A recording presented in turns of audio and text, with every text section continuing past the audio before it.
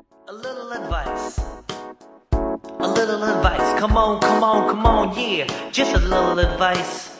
Just a little advice with Christine Little. Check it out.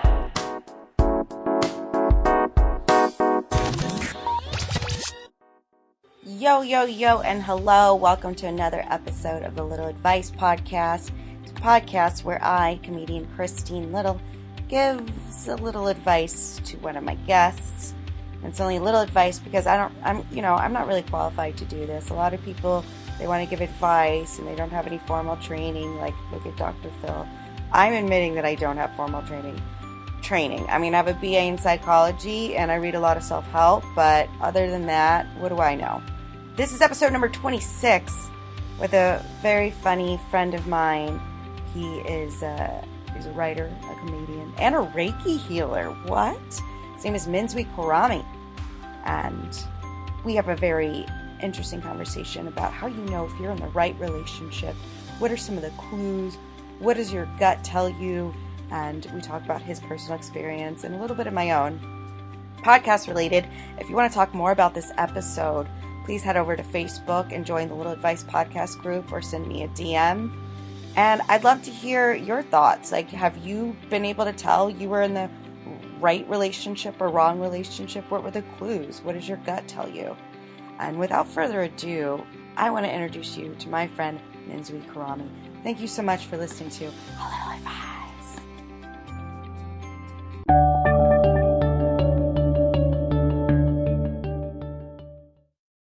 Hello, I am here with Minhdzuy Khorami. Hi, Minhdzuy. Hi, Christine.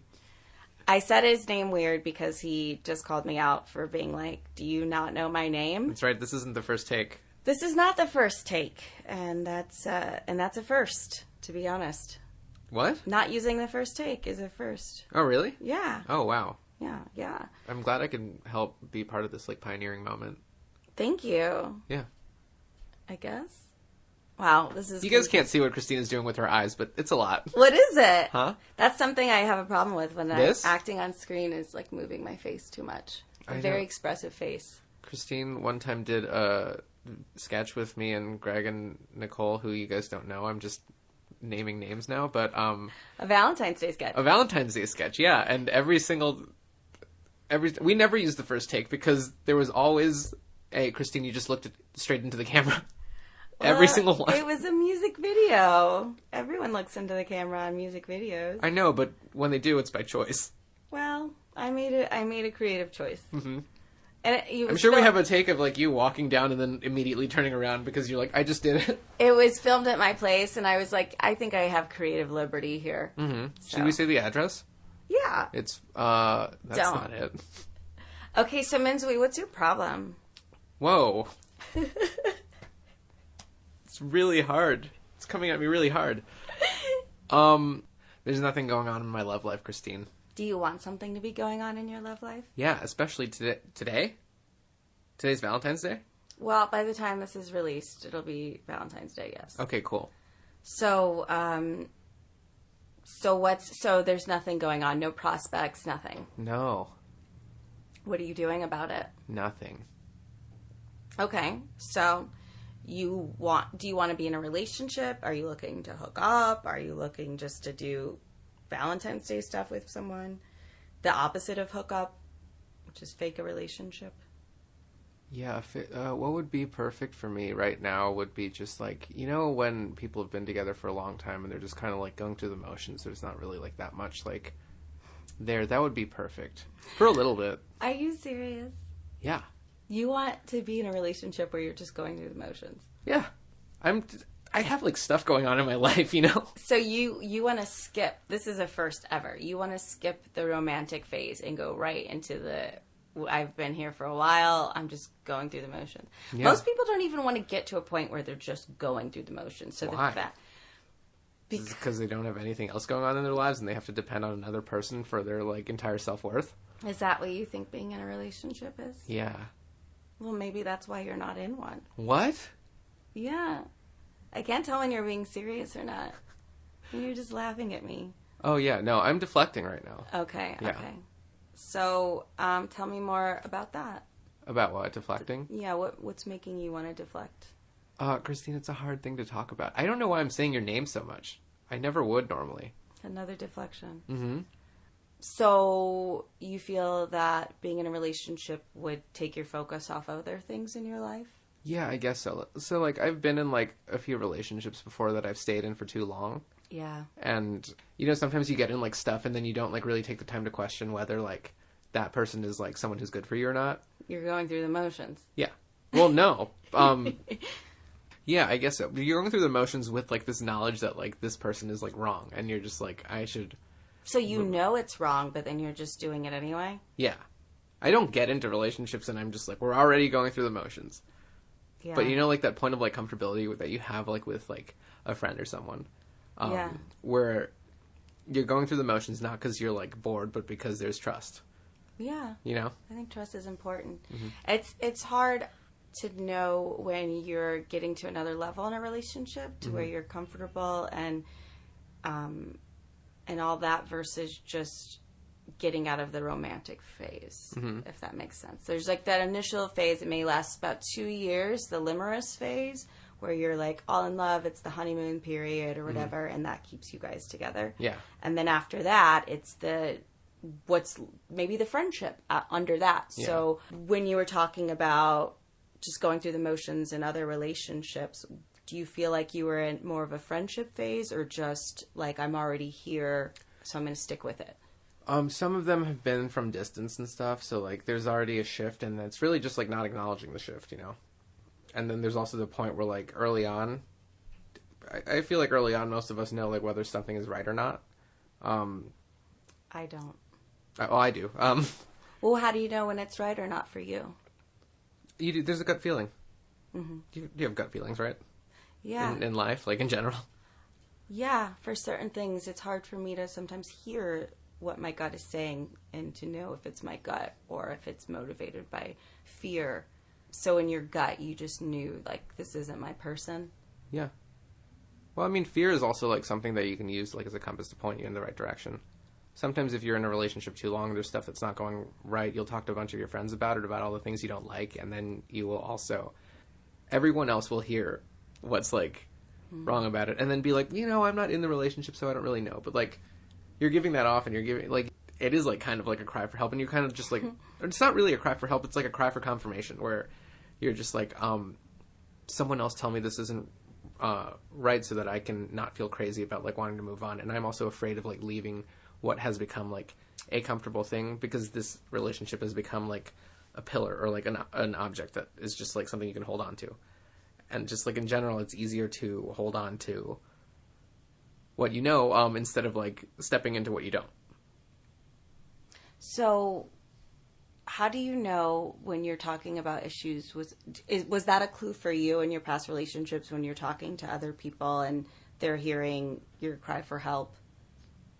No, I don't think I do that much. Are you talking about me? Yeah. Okay. Yeah, but, like, I mean, like, I have had... Because I think there's a difference, because it could be a cry for help and, like, let me get out of this thing, or it could be, like, these are the things that need to be addressed, and people are hashing it out and figuring out what the root of it is versus just either throwing it all away or just staying in it blindly. I think there's a difference. No, there are different things. Yeah, and sometimes you, like, do figure that stuff out. Sometimes you do just need to talk stuff out. Yeah. But it's when you bring... And this isn't about you either. Okay. But it's when you, like, you... if you ever bring up the same thing over and over again at separate times, there's points in, like, relationships where, like, you want something to change, but so much time will pass that nothing changes, and you still want that same thing.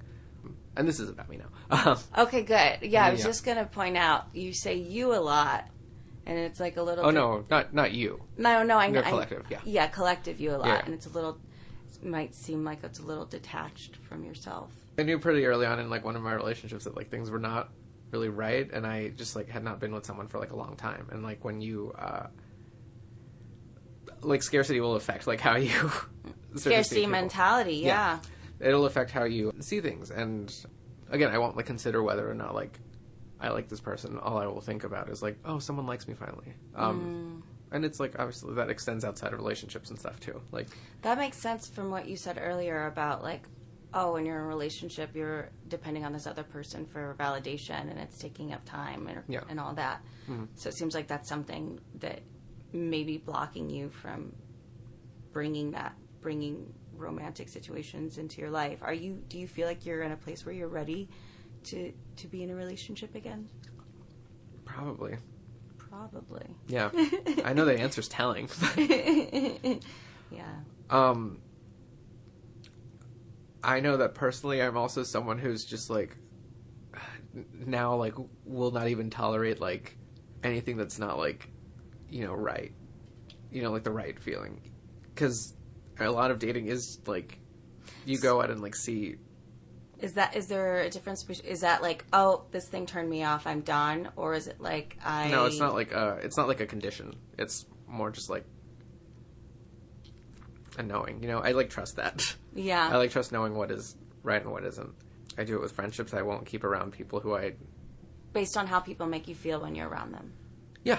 Okay. Yeah, it's even just like gut feelings and stuff, and even when someone, because they don't have to be like a bad person for me, like not to want to be friends with them, you know? Yeah. We don't want to keep people around who are just like, yeah, I don't know if they're doing anything for my life or not. Yeah, well, they say you're the sum of the 5 people closest to you, mm-hmm. and so this person's rubbing off on you in some way, which sounds dirty, but it's not. Mm-hmm. They're impacting you whether you like it or not, so it's smart to be particular about who you keep around. Yeah, and I mean, like, it's... And especially in a romantic relationship. Yeah. You're, like, merging DNA and stuff. Like, yeah. Weird. Well, I mean, like, I also believe that, like, whoever you end up being with at any given time is, like, you take something away from them. You know, you learn something from them. There are people, like, in our lives that we, like, see and that we, there's, like, stuff that might bother us about them. But that's, like, just a reflection of, like, this thing bothers me because, like, it's a thing I'm either afraid that I am capable of, that I do, that I push against, that, like, I reject because of, like, how my parents were, or, like, you know, it's all, like... Some sort of mirror. Everything, like, in life that turns back onto yourself. Everyone, like, no matter who you are. To me, that just makes it all the more confusing because... Well, it is. when you say, oh, I'm rejecting this about this person, it's like, you're really just rejecting yourself. So are you really giving this person an opportunity? Or are you just looking for people who don't exactly mirror the things that you don't like? Well, it's not about that person. You need to work on that is whatever it is in you. Because you can keep going from relationship to relationship and have the same issue. Yeah. Well, that's why people will end up with the same types of people until they learn from it. And then it's not like you meet the right person next, but you might meet whatever else you need to work on next. Everything is like a curriculum. So then everybody you date, essentially, it's like, ugh. Well, everybody you meet. It's like, I'm going back to school again. Yeah. But I'm attracted to this person and we have sex, so. Yeah. So it seems like you have some conflict about whether or not you want to be in a romantic relationship. Is that right? Yeah. Yeah. So it has to do with worth and stuff. Go on. Oh, okay. No, it just has to do with like worth and stuff. Sometimes, I'm like, yes, I would like to attract like someone into my life. Then sometimes I'm like, am I ready to because of like the other aspects of my life? I'm like, is this established enough? Is this established enough? Instead of letting it all like come and grow together. Sometimes there's like a push against it. Sometimes there's like a strong desire for it, and like a lot of the times that desire like is coming from like a lacking because I'm like, I don't have this right now. And I wouldn't even necessarily say I'm like, I'm not even like really frustrated about it. You know, I'm not really like grasping that much for it. I mean, it seems like you said earlier, you're not even making attempts at finding it. Yeah. Because like we never know how like we find anything really. There's no like answer. Yeah. But there are, I mean, one could argue there's steps you could take. You could go online dating and like you could put yourself in a position where you're out more and meeting more people and increasing the odds. But it doesn't seem like that's a priority for you right now, maybe? Not really. I've tried like the dating apps and stuff and I've gotten off of them before. Yeah. You just go and be around people, you know? Yeah. And then eventually you like see someone you click with. Are you just kind of waiting for something organically to show up? Kind of. Okay. Yeah. Yeah. So it's kind of like, if it happens, it happens. If not, I'm okay with that too. Yeah. For now, at least. Yeah, for now. Yeah. I'm like a person, so like it changes from like day to day, week to week. Yeah. So sometimes it's like easier to be like content, and that's not even like holding up in like the house or anything, but it's just like, it's just being like, I'm not really seeking like a relationship. I'm seeking like a relationship that I would like. Right. You don't want to just get into I don't want to anything. just date. I want to like, I want to date in a way that I like. And like, because it's like so undefined, it's like hard sometimes to really like nail down like what to do or what happens from there, Like the reason I get off of like dating apps is because I'm just like, I like feel bad going on them now. You're not enjoying the process. No. Yeah. Yeah. Like, so it's not really fun. It's like a game for a while, and then like sometimes it's also crazy because I'm like, oh, there's all these people who like live in this city that I will never run into. Yeah. And it's crazy like that amount. And there's even more like in the world. It's like just mind-boggling like who you end up running into. It's like very limited, no matter who you are. Yeah. Like there's no one in the world who will ever be like, I personally met 7 billion other people. But it's like, yeah. Tony Robbins probably has. Personally met them? I don't know. Have you met him? Tony? Mm-hmm. Not yet. That means he hasn't. Oh. Dang it. Mm-hmm. I have met him. He has not met me. What does that mean? I know. I'm aware of him. He's not aware of me. Oh, wait. But you haven't met him? Like in person? Look, one of my friends met him. So it's like the same So thing. that's a different person. Is it though? Yeah. Oh. Dang. So love. Mm-hmm. You're happy without it? Yeah. Unless you have a secret guest? I want to introduce you to your new partner. Now let's talk about This this. is a paper shredder. Oh. Well, keep an open mind. It will hurt. All love hurts sometimes. It's part of the growth process. That's true. So let me ask you this. Mm-hmm. In order for you to enjoy dating and for you to make it worth your while in a relationship, what would that look like for you? What would an ideal relationship look like? Oh, I have it written down. Okay. But I forget. And this question is always like what gets me. You watched this. We went to a love workshop together. Mm-hmm. Yeah. You'd think there would be more singles there, right? Were there no singles there? Oh. No. Like, In the workshop? you'd think she would just be like, you guys. Oh. Yeah, maybe. Mm-hmm. But it was about, like, I think, uncovering blockages and things like that. Yeah, I discovered some. You did? I did, yeah. Yeah, so did I. Mm-hmm. So it was enlightening. And I think that's part of it. Yeah. But your ideal relationship, what would make it worth it for you? I like to use the word ease, which is different than easy. Mm-hmm. Where if you just like imagine being like able to move and stuff, if that makes sense. Like you're in a relationship with a person, you're two different people, and like I would like to be in a relationship with someone who has like their own like outside life stuff going on. My problems in the past have been that I've dealt with like clinginess. I was like very clingy in like high school. Let go of that, and then I've had other people like kind of like latch on, and it feels like it's smothering. Yeah. And it's Enmeshment, right? what? Like enmeshment. It's like Maybe, yeah, like emotional. it's honestly, it's like a leech. Yeah. And like I've had that where someone's just like kind of draining my energy, like my time, my but then also like twisting it to be like, no, like I'm doing this like for you, and like I'm like, fuck off. It's manipulative. It is manipulative. And that, I think, being in a situation like that would make it hard to trust people that come into your life too, to know what their motives are and to know if they're being honest and real.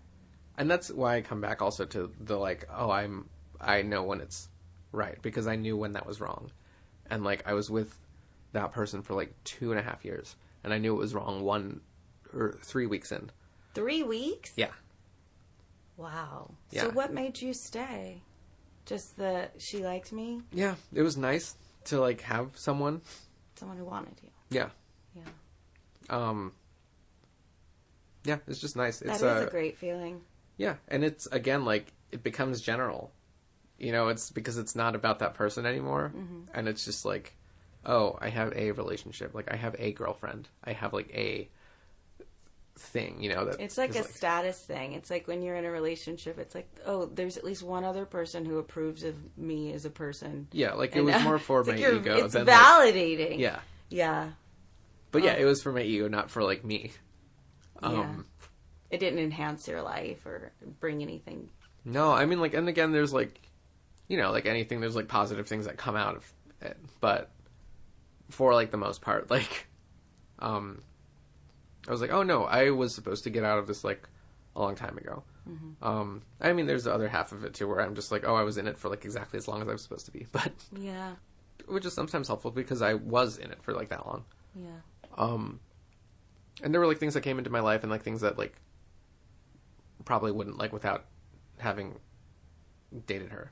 But also, I think it's more important for me to just take going forward, being like, oh, yeah, be, like, it's fine to be, like, discriminatory with, like, who I'm choosing to, like, be with.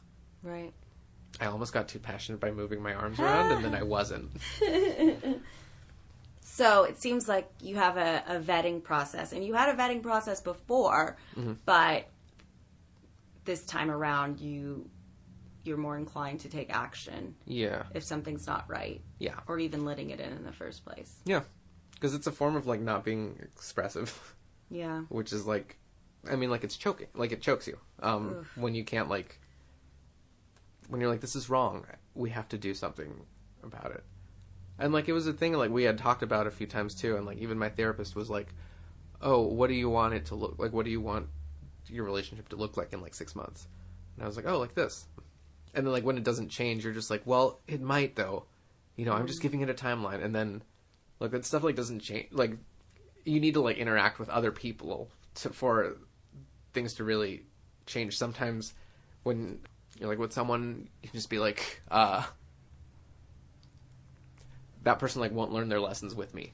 Like, you know, they have to grow apart. Like, and we have to grow apart, like, separately. Yeah. So,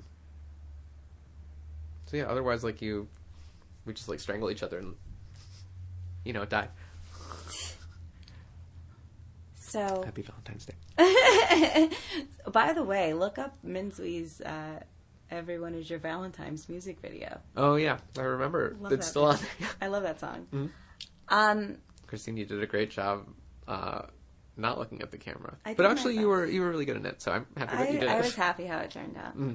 Laura was great, too. I forgot she was in it.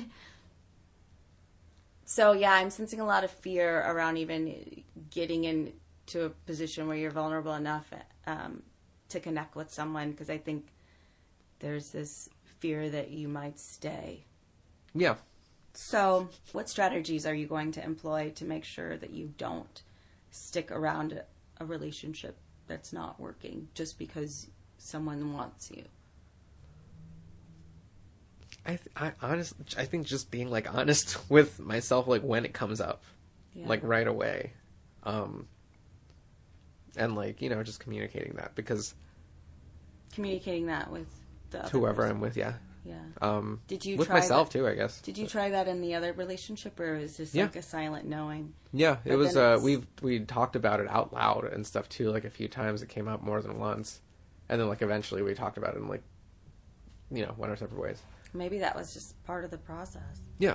The other thing too is that I got tricked into being like, you know, because, like, we're good at communicating about it, because we were just, like, good at sharing about it. I'm like, oh, that means, like, we can get through anything, which is not true. Like, we have to find the people who actually, like, bring something good and, like, bring joy into our lives. Yeah. And sometimes things are just wrong, and there's, like, so many factors. You know, there's, like, timing. There's, like, who it is. There's those two. There's two things. There's two factors.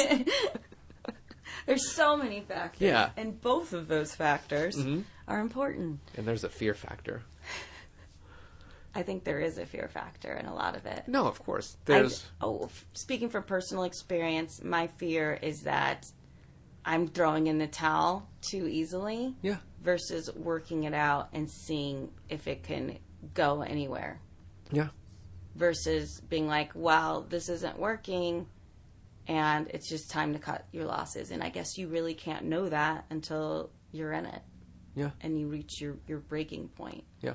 Do you feel like you reached your breaking point in your last relationship and it just got to a point where it was just too much? Yeah. And exploded? Yeah, for sure. Yeah. Mm-hmm. Okay. Well, love. Do you have any plans moving forward, or are you just Any Valentine's Day plans? No, I don't. If anyone is not doing anything on Valentine's Day, I'm available. Are you going to put yourself out there more, or do you think you're just going to kind of wait? No, I just go, I mean, like, honestly, I just try and be, like, out in the world more instead of, like, in my house, you know? Yeah. I assume that's how people met before phones. I don't really know. There's work, school, friends of friends. Yeah, because, like, once you leave college, you're like, what? I'm like, everyone's far away. What is this? Yeah, you know, I could, like, look really hard, or I could just, like, be open to seeing, like, what's actually around me. What would you think about trying a few different strategies for X amount of time? Like, have themed weeks or months. Like, this month, when I do focus on relationship stuff, I'm going to channel that all into going out more. This month, I'm going to do the online hustle. This month, I'm going to ask my friends if they know anyone, or whatever it is. What would you think about doing something like that? Well, do you know anyone? Let me think on that. Okay, a lot see, of my that's what friends happens are in all the time. A lot of my friends are in relationships, but you know, the relationship I'm in right now that's how I met someone, is from a friend and asking her, and she's heard me complain about being alone for a long time, and then I asked her, and she's like, "Oh yeah." I'm like, "Well, why didn't you say that before?" You know, I have a lot of I've asked like a lot of friends before, and they're like, "I don't know." I'm like, "What?" What do you ask them? I'm like, "Do you know anyone who's single at least?" Like, just that? No, that's just like what I'm saying right now. Oh, anyone who's single? No. Because I literally asked someone, like, if you know, like, any single people who are, like, looking, or anyone who might, like, be good for me, like, let me know. They're like, I don't know. This person? No. And then that's the end. Hold on. I'm going to ask you a different question. Yeah. Name 5 actors. Any actors. Brad Pitt, Michelle Pfeiffer, Lupita. I don't know how to say her long last name. Nyong'o? Danny Glover, Donald Glover. Okay. Is that 5? I guess that's 5, yeah. Okay, never mind. Good job. It's very general. Yeah. So when I did ask my friend, I will say this caveat. I said, "Do you know any nice single guys who are kind?" Or I said something specific, and then she thought of the nicest guy that she knew. Yeah. And I was like, "Yeah, but would I be attracted to him?" Actually, yeah, I think you would. So it kind of went from there. So when you're looking for this ideal person, like, what are some defining characteristics that you would be drawn to most? Like, kindness, 7'8". Kindness. Don't edit that out. Leave that in. I will. Okay. Oh, okay. That was the end of your question. Yes. Yeah. No, I want someone who's like kind and smart and. You want a creative person? Do you want a desk jockey? A what? I don't know. I heard it on TV when they talk about cops that get desk works. They're called desk jockeys. I don't know why I said that. I don't know. An office person. I don't know what to call those people. 9-to-5ers. Yeah. Sometimes I've like tried to narrow that down, and I don't know that really like matters to me that much. But someone who's kind and smart. Mm-hmm. Okay. Food lover. Yeah. Well, that kind of gives you a little bit more specificity in where you could be spending your time. Yeah. Like a cooking class or... Well, I don't want to have to cook. I don't want to learn to cook. I mean, I know how to cook, but... Yeah.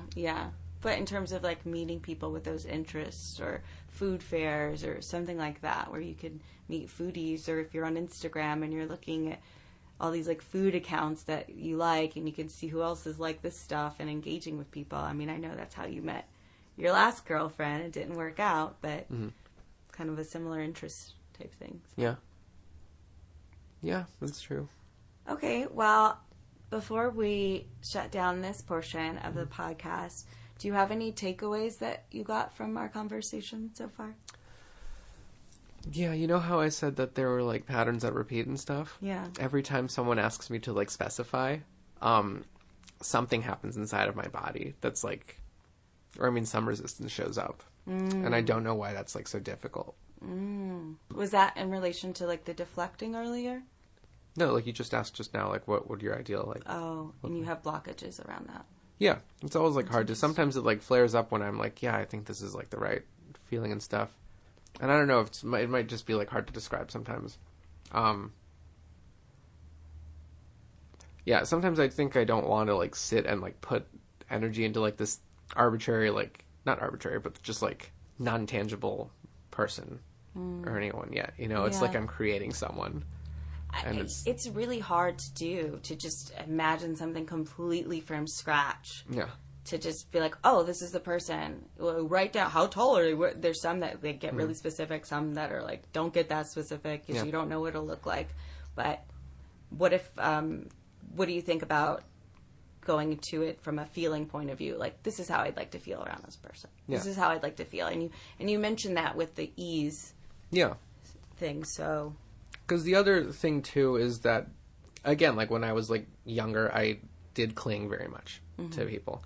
And so I attracted other people who were like also like that. And like being clingy, I think, was like one of the things that like helped tank my my high school. I also went to college, and then she was a year younger, so there was like distance stuff too. But there was like, I started like attracting that thing that like I didn't like. Yeah, because that's what you're looking at. Even if you're saying, I don't want that again, I don't want that again, your mind only hears, it doesn't hear the negative, it just hears, oh, you want some more of the clinginess? Yeah, I got some clinginess for you. And it's also difficult too, like with wanting and stuff. Wanting in general is just wanting, when you want something, it comes from have it. Yeah, it comes from a place of lack. And so it's very difficult to...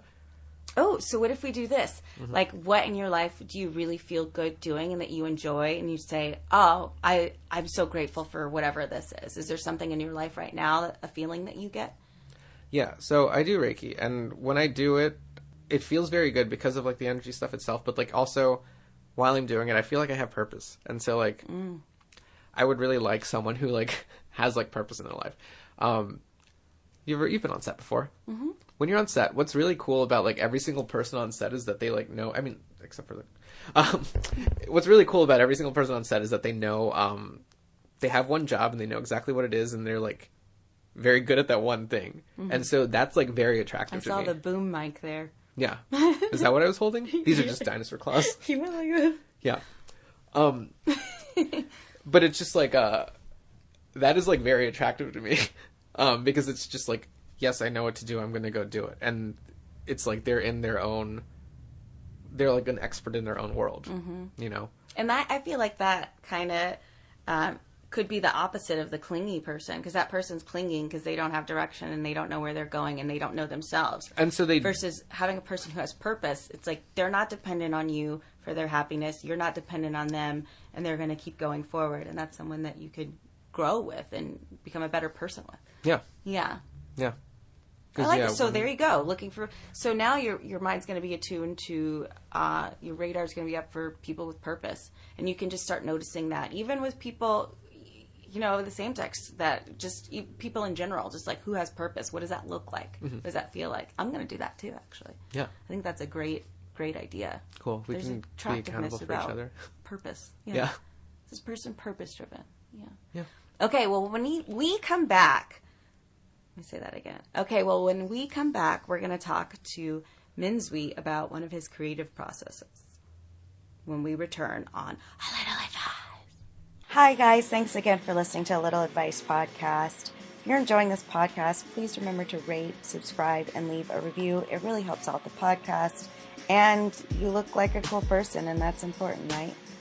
Comedy related. Did you know I was a stand-up comedian? You probably can't even tell from this podcast. It's like so serious. But anyway, I do have some live shows coming up. I've got a lot of them. This weekend I'm at the Madhouse Comedy Club, Friday, Saturday, and headlining in the Brick Room on Sunday. Next week I'm in Oregon doing shows, and next month I'll be in, Washington and Indiana. So check out my website, christinelittle.net. Give me a follow at thexteenlittle on Instagram, and you can keep abreast of all this information. Thank you guys so much again for listening to A Little Advice. And we are back several moments later. I'm here with Minhdzuy Khorami. I'm here with Christine Little. Your name is harder. It's got more syllables. Khorami. Oh, yeah, you're right. Yeah, by one. Yeah. It's one more. One more, yeah. So, Minhdzuy, you are an energy healer. You do Reiki. Tell me about how you got into doing that.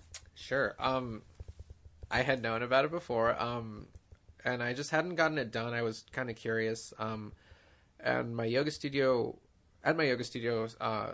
someone named Nikki Mari, she did a workshop, and I just went to that. And she did like a crystal healing workshop and stuff. She put crystals on us and then did Reiki.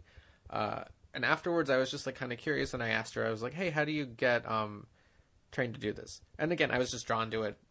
I'm not 100% sure why. What was your experience when you received the Reiki at this event? My experience with Reiki. With Reiki? That was the first time I'd gotten it. So what was that like for you? Did you feel a difference? What did it feel like? I don't remember. I actually don't remember. As far as like any feeling and anything goes. So the thing about Reiki too is like everyone experiences it differently. Mm-hmm. Sometimes you don't feel anything really. But like stuff will come through to whoever's the practitioner. Mm-hmm. And they'll like share some stuff. I forgot what she shared with me. It was some animals and stuff. I think it was snake. Snake is like a transformative thing because it sheds its skin. It's and they also say like the snake is like at the base of your spine for the Kundalini energy to like start rising and stuff. Mm-hmm. So I'd gotten it like a few times from different people. But I went to her first and like I asked her how to get trained and stuff in it, and oh no, actually I went to another woman named Juniper after that, and she did like a full session and stuff, and that was like an individual one. Mm-hmm. It's a little different because you have like the attention on you the whole time instead of split. Was that a different experience than the other one with the crystals? Mm-hmm. Yeah. What was different about it? It was a private space.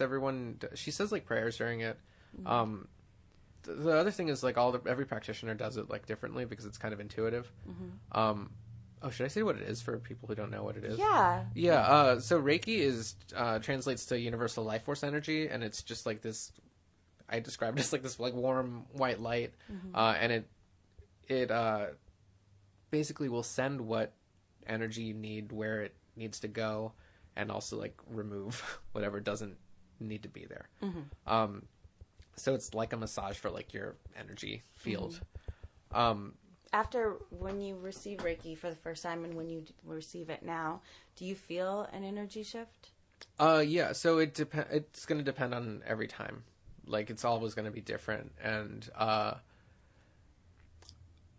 yeah, you let go of and like gain what you need to when you need to gain it, or let go of it. Mm-hmm. So it is very like individual and like personalized and stuff. It's like it's inward, not outward. Mm-hmm. So like if you were like, I would not like to receive Reiki, I can't send it to you because it's you. It's like yours, and it's if like that. Does that make sense or not? No. Sorry, I'm just trying. So it just like is like it just is an energy, and like you already have. Yeah, it's accessible to all of us. It's not like I'm not like a special person because I practice it. So the Reiki, that's in you, or it's just existing in general? It just is like in the universe. It's like the collective energy. What you are is like a conduit? Yeah. For that energy to be more concentrated? Yeah, so practitioners act exactly like as a conduit. So whenever like a session would start, I would just activate it. The Reiki energy comes through me. Activating Reiki. Yeah, so that's what I do. I do like that robot voice, and I do that with my hands. Christine just did robot hands. Yeah. Which I guess people could guess, but I think it's pretty obvious. I think it's pretty obvious. But now it's like extra obvious. But like you activate it, it comes through you, and then like the practitioner will direct it wherever it needs to go. And that's the intuitive part of them knowing where it needs to go. Yeah. It's like kind of nuts because like sometimes I'll do it and I'll be like, I don't like, and it seems like I don't know what I'm doing, but like, I just mean like, oh, I just put my hands there because that's where I was supposed to. And like people came up to me after and were just literally, someone came up and was like, I was like in a car accident and like I hurt my shoulder and like you touch that shoulder and like the energy released in it and it feels like a little better. And I'm like, cool, man. That's great. Because the other thing is I try to explain it as a relaxation modality. Like that's all I think that I am able to guarantee from a session, and there's other like byproducts from it. Some people will feel like pain relief. Some people will feel like a big like energetic release. Some people will have like emotional shifts. Some people will cry, and it's always different. It's always like whatever that person needs at that time. So how do you activate the Reiki? I literally say activate Reiki as a robot. I in my head I do say like just I activate it and I just ask it to come through. Do you know when it's there and when it's not? What? How do you mean? Do you know when it's actually activated? Because I feel like if I were doing it, I'd be like, activate Reiki. And I'm like, is it on? You know, like doing a sound check. I'm like, hello, hello, hello. Like, and my hands like buzz or something. You can feel it. No. Okay. Yeah, you can feel it. Okay. Yeah. But you just activate it. There's like symbols and stuff that. Tell me about these symbols. There's four, or there's, I guess there's like six. There's symbols that were passed on. It's by Reiko. What the fuck is his name? Cut this part out. You're giving me a lot of editing to do, and I do not like it. I know. But you would have none if you hadn't asked me to come do it at all. Go on. This is your fault, I'm saying. No, so the symbols are just basically shortcuts that like they use to pass down, because the person who like helped bring it over was like, we want to train other practitioners and like for there to be a shorthand. So they're just like infused with like intent. And so because we all agree that this is what they do, they work that way. So what is this? Do you have them on you, or is it like a... What form does the symbol take? Is it a mental picture? Is it a physical gesture? You can do a lot of different things. So like you can physically draw them out, but like, Christine's looking at my hands all weird. I thought he was doing a jack off motion for a second. So that's my hand was just in a fist. Okay. Well, exactly. Mm-hmm. Sorry about that. Yeah. Sorry about all the jerking off. No, but you can do a lot of things. You can picture them in your head. You can draw them with your hands. Is it like the OA, that show on Netflix? It's not really like the OA, no. Like, I wouldn't say even a little bit, no. Wow, we just shut that down. I feel like I had to. It's a deep cut. I don't think people talk about the OA anymore. No. It stands for Original Angel.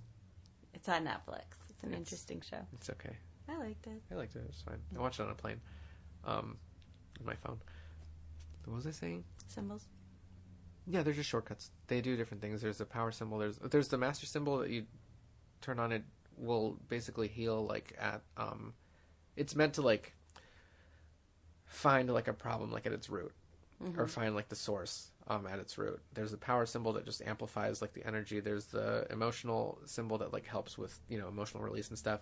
And there's a distance symbol as well, and that helps to send Reiki through like space and time. So like, So like if I wanted to do it over the phone, like that would be possible using that.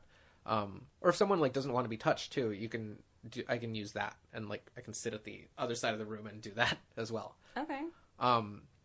And then for like sending it through time and stuff, it's like when you do like therapy and we'll sometimes identify memories and then go back and try and like heal those memories. It's like that. It'll get back like at its root. Okay. Yeah. Okay. And it's just a different like method, really. Like it can complement like traditional therapy. It can also like complement like medical work and stuff. Is there anything that you do to prepare for a Reiki session?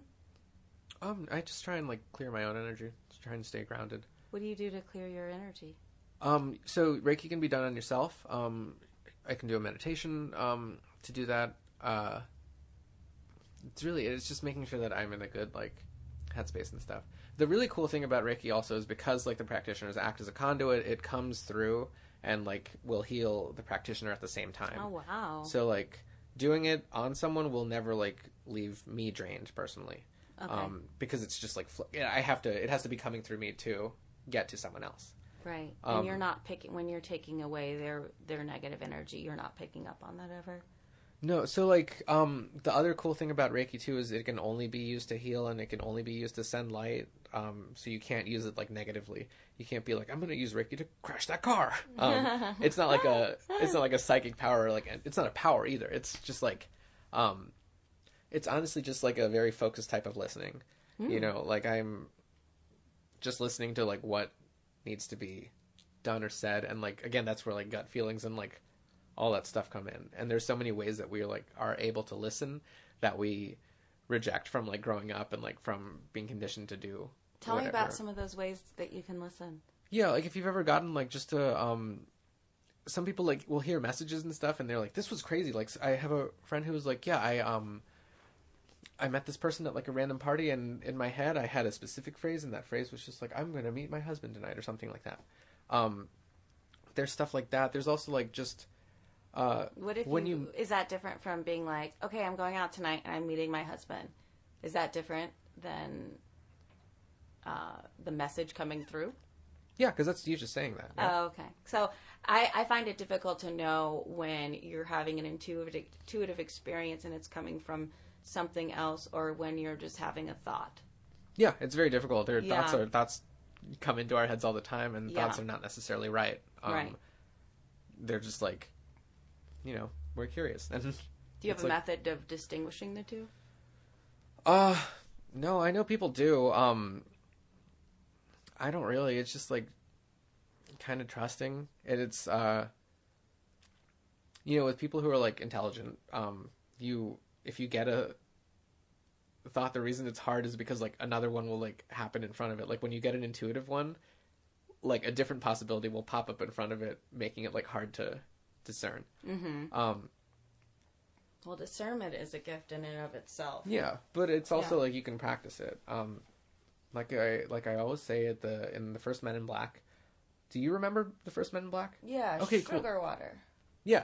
A lot of people will be like, that's too old, or like, I was too old to watch it, or I was too young to see it, and I'm like, what are you talking about? It's Men in Black. There's a scene where, like, he does the training, and the other trainees, like, shoot all the aliens, you know, they all pop up, all the cardboard things, and they shoot all the aliens, and then Will Smith comes, and he just shoots, like, that old lady.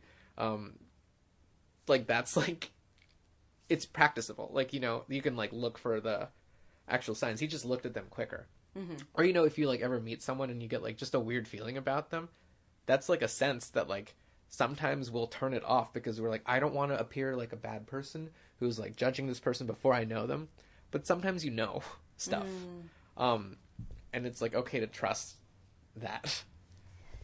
I don't know why. It just made me think of this book that I'm reading called Devil in the White City about H.H. Holmes, this prolific serial killer in Chicago. Mm-hmm. I get it. You read books. You're, like, smart. I'm not. It's an audiobook, if that makes a difference. Oh, it does. Okay. So, this part stood out to me. His wife had said that... His wife said that he would hold baby. He loved babies, and he was really good at calming them. Mm. And the babies loved him. And it was just so bizarre. I'm like, but he's a serial killer. It could be that he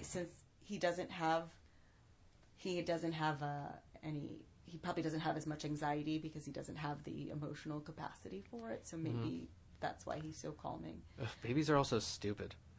They don't have the life experience. No, they really don't. They shouldn't be teaching classes. They should not be doing Reiki. They shouldn't be driving. No. Or getting married. Have you seen Look Who's Talking? That baby drives at the end. I love that movie. That's the sequel, right? Or is that the Look Who's Talking 2 is the sequel. Yeah. And then they made a Look Who's Talking Dogs, which I never saw. But I think I saw it. Those are great movies. I saw part of it on a Comedy Central, but not a lot. All right. So that gave me a little tangent about discernment, because I'm like, how do you know? There's so many variables. Yeah. So the thing I always also say is, like, you do know. You know, like, what are you waiting for to confirm it? Well, I mean, And I also say that, like, understanding that it's, like, difficult because I'm a person, you know? yeah. But it's, like, no one knows you, Christine, better than, like, you, Christine, do. And, like, no one knows me better than I do. I know you. What's my... Oh, I told you right before this. Lee. Yeah. Shouldn't have done that. And that's not knowing someone. That's just knowing someone's name. Uh-huh. Okay. But, like, yeah, all those... Like, whenever I do, like, Reiki for someone, I always am like, I can tell you all this stuff, too, that, like, came through or whatever. If it doesn't resonate with you, then, like, you know, then you weren't supposed to hear it. And if it does, then, like, great, take that with you. Because, like, I'm never going to know you, like, as well as you can. Right. I can know what I observe about you.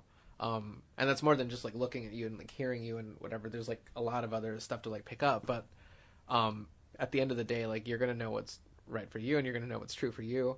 And, like, as simple as, like, an answer as that is, it's just, like, you know. Do you have a feeling of, as you said earlier, ease about a certain thing? Or is there any sort of sensation that you get when you feel like you're getting an intuitive thought from yourself versus just a regular useless thought? I'm not sure. I'm not sure. At least I'm not sure how to, like, really quantify it. Okay. Because there is a difference, and I don't think the thing is I'm not, like, labeling it anymore as, like, this or this. But sometimes I'll be like, oh, I think I could do that, and then I'll try it. And the other thing is sometimes, as far as, like, we're looking at tangible, like, goals or, like, things that we would like to get, sometimes it's like, oh, was that wrong because this didn't pan out? But really, it was, like, to do the experience of that and to try doing this rather than, like, getting, like, a thing that I want. Getting an award, getting some kind of compensation. Yeah, getting paid for work. Exactly. How absurd. Yeah, you know, there's a reason that I edited that fucking thing for that guy who never paid me. Oh, God. Who knows? So, is there anything else you'd like to share about Reiki that I haven't touched on or we haven't touched on? I don't know. I think it's just, like, a really cool thing. It's been a really cool part of my life. It's helped me again feel, like, more ease in my life.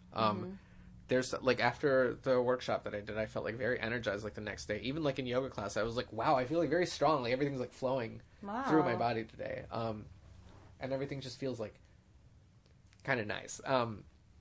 And the main thing that, like, I like to share about it too is that it is, like, in the realm of, like, kind of, like, woo-woo spiritual, like, LA stuff. But I really think it's important that, like, it's a tool to, or it's like a tool is a good word. It's a tool that, like, we can use in, like, our everyday lives. But the most important thing to remember is that, like, our everyday lives, like, happen here. Like, the things that we want, like, careers and relationships and all these things are just as important as being, like, spiritually connected. And it's like a rope, like, being pulled taut on one side. It has to stay in balance by, like, that energy does have to, like, rise and it has to come down as well so that your feet are on the ground.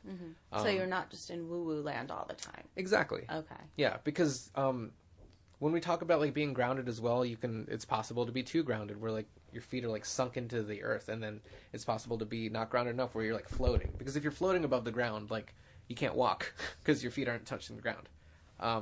And I like to think of it more as, like, being, like, on a skateboard or, like, on skis or on a surfboard or something where... Well, what does that tangibly look like, these analogies of floating off the ground and deep into the ground?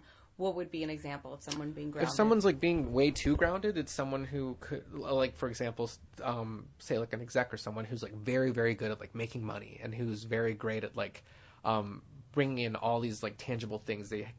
It's easy for them to, like, get a house or, like, a car or, like, a job or, like, to just have the stuff that it seems like you want to build around your life. But, thrive like, in a worldly way. But we hear the phrase, like, money doesn't by happiness. Some of those people are not happy because they're not connected to like the reasons they wanted all of that stuff.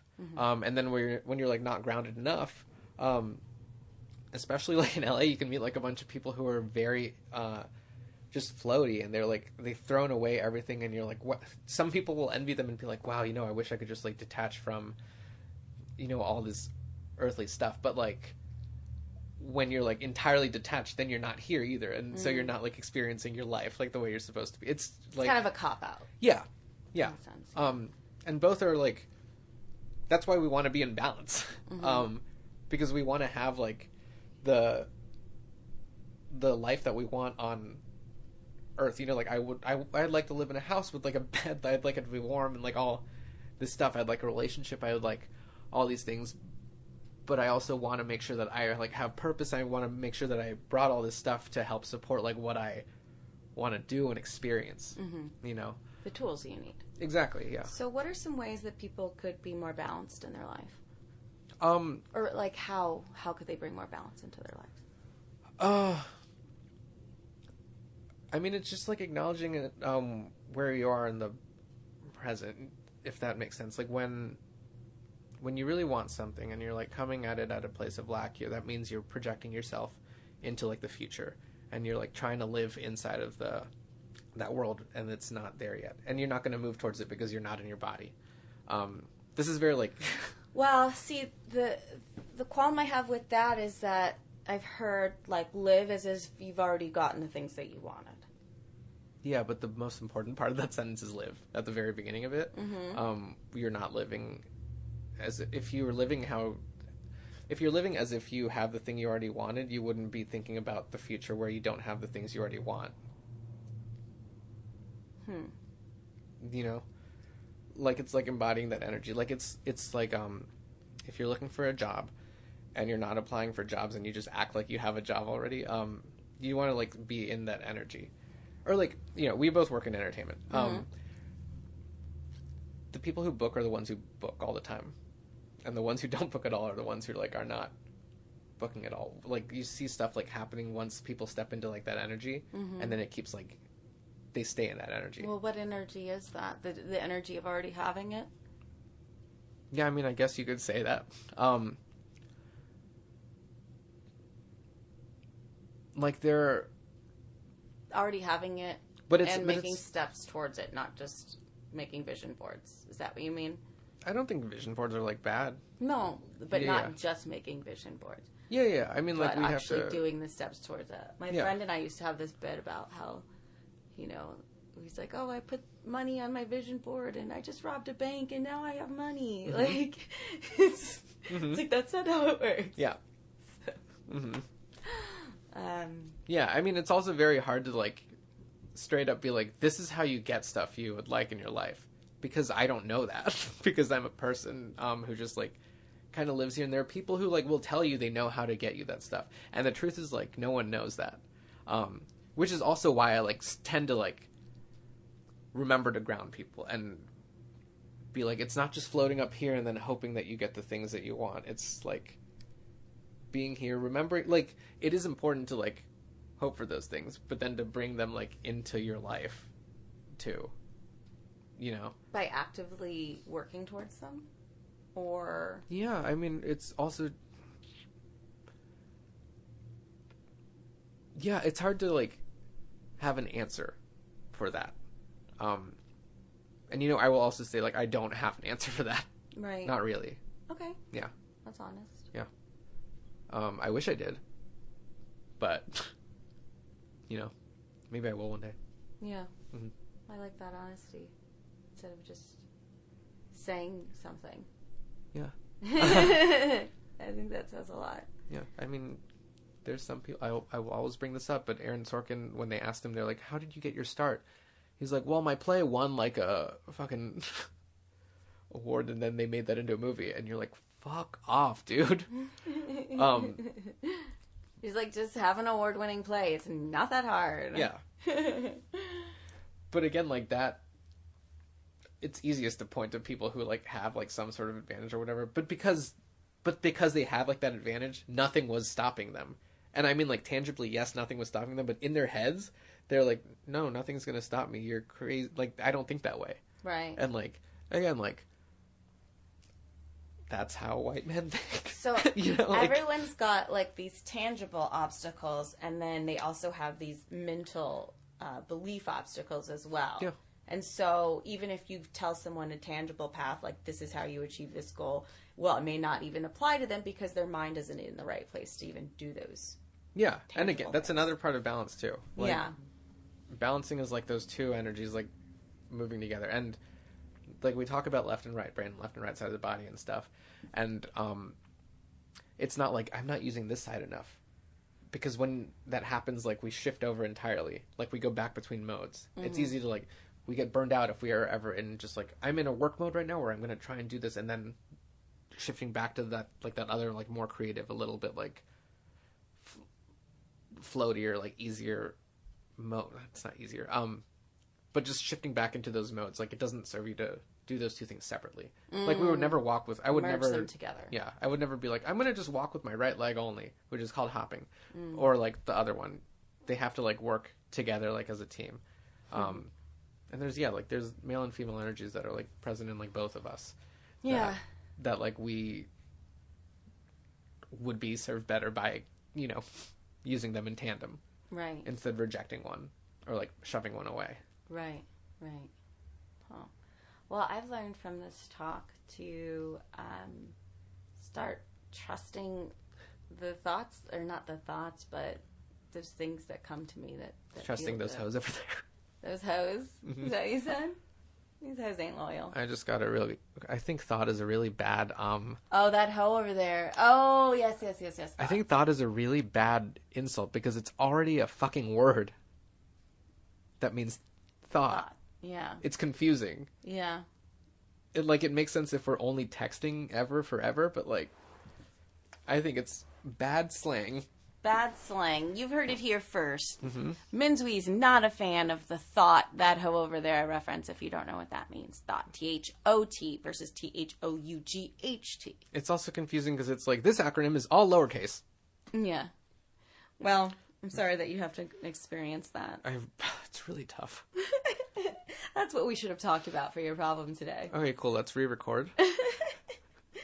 But thank you for talking to me about this and opening up about Reiki. I feel like I really learned a lot about being a conduit and what the symbols are and how to use them. Yeah. Well, if someone was interested in doing Reiki with you, how would they do that? How would they get a hold of you? I do privates on genkidamareiki.com. It's Wait, what?